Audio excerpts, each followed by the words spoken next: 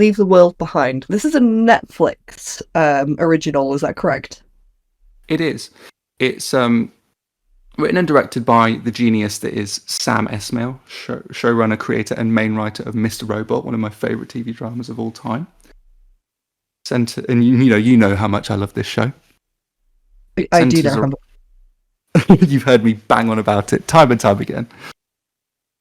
So it centres around a couple played by Ethan Hawke and Julia Roberts who take their kids away from the city for a kind of nice weekend in sort of the suburbs, out sort of like New Jersey way, out in the forest, in this very kind of nice, high-tech, very plush millionaire-style house. The phones and kind of TV signal eventually go out one night, and they are suddenly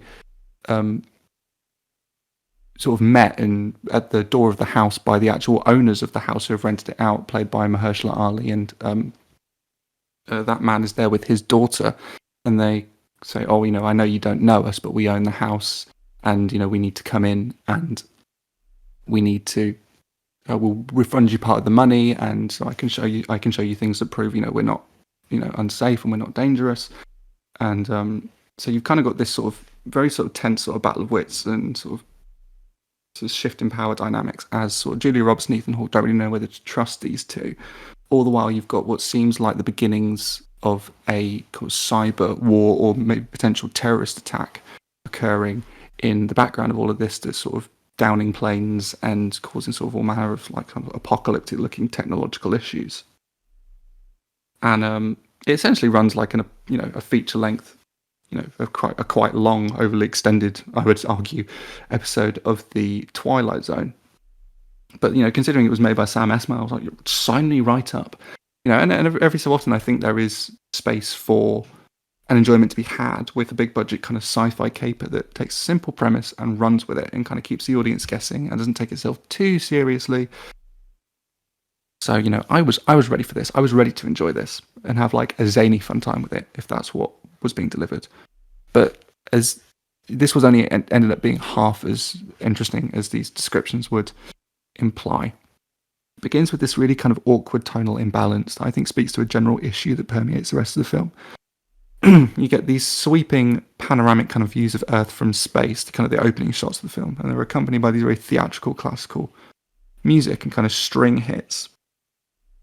And you get followed by these very kind of striking and cleanly framed tableaus of New York. Sam Esmail knows how to make, the most ordinary and mundane of everyday scenarios and locations look, pristinely cinematic.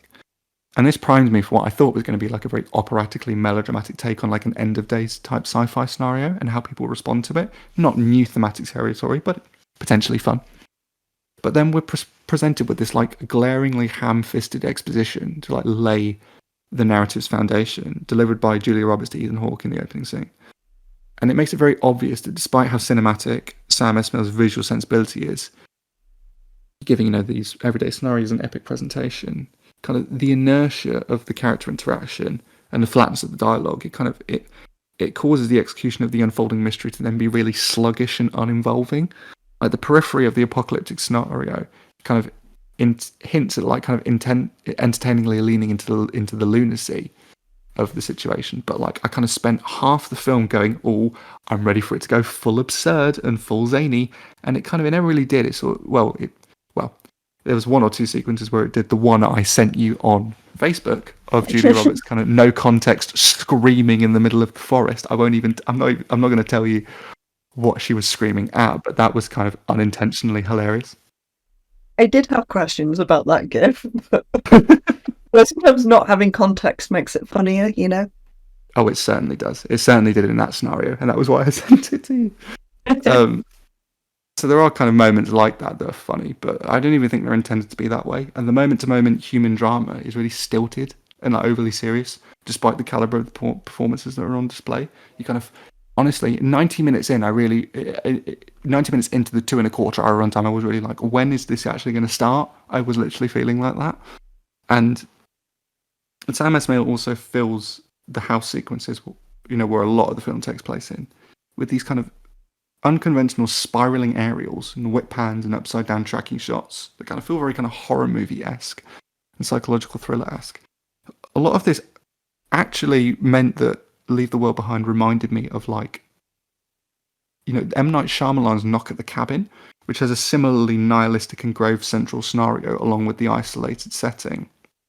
Where that film works a lot better is that it really heavily leans into the high-octane zaniness of the plot for, like, really great B-movie entertainment, but the score and direction are and the performances are, you know, unsettling and intense enough that it still really gripped you. And, you know, that's not a perfect film; it's a pretty flawed film. But actually, I did give it a somewhat pleasantly surprised positive review.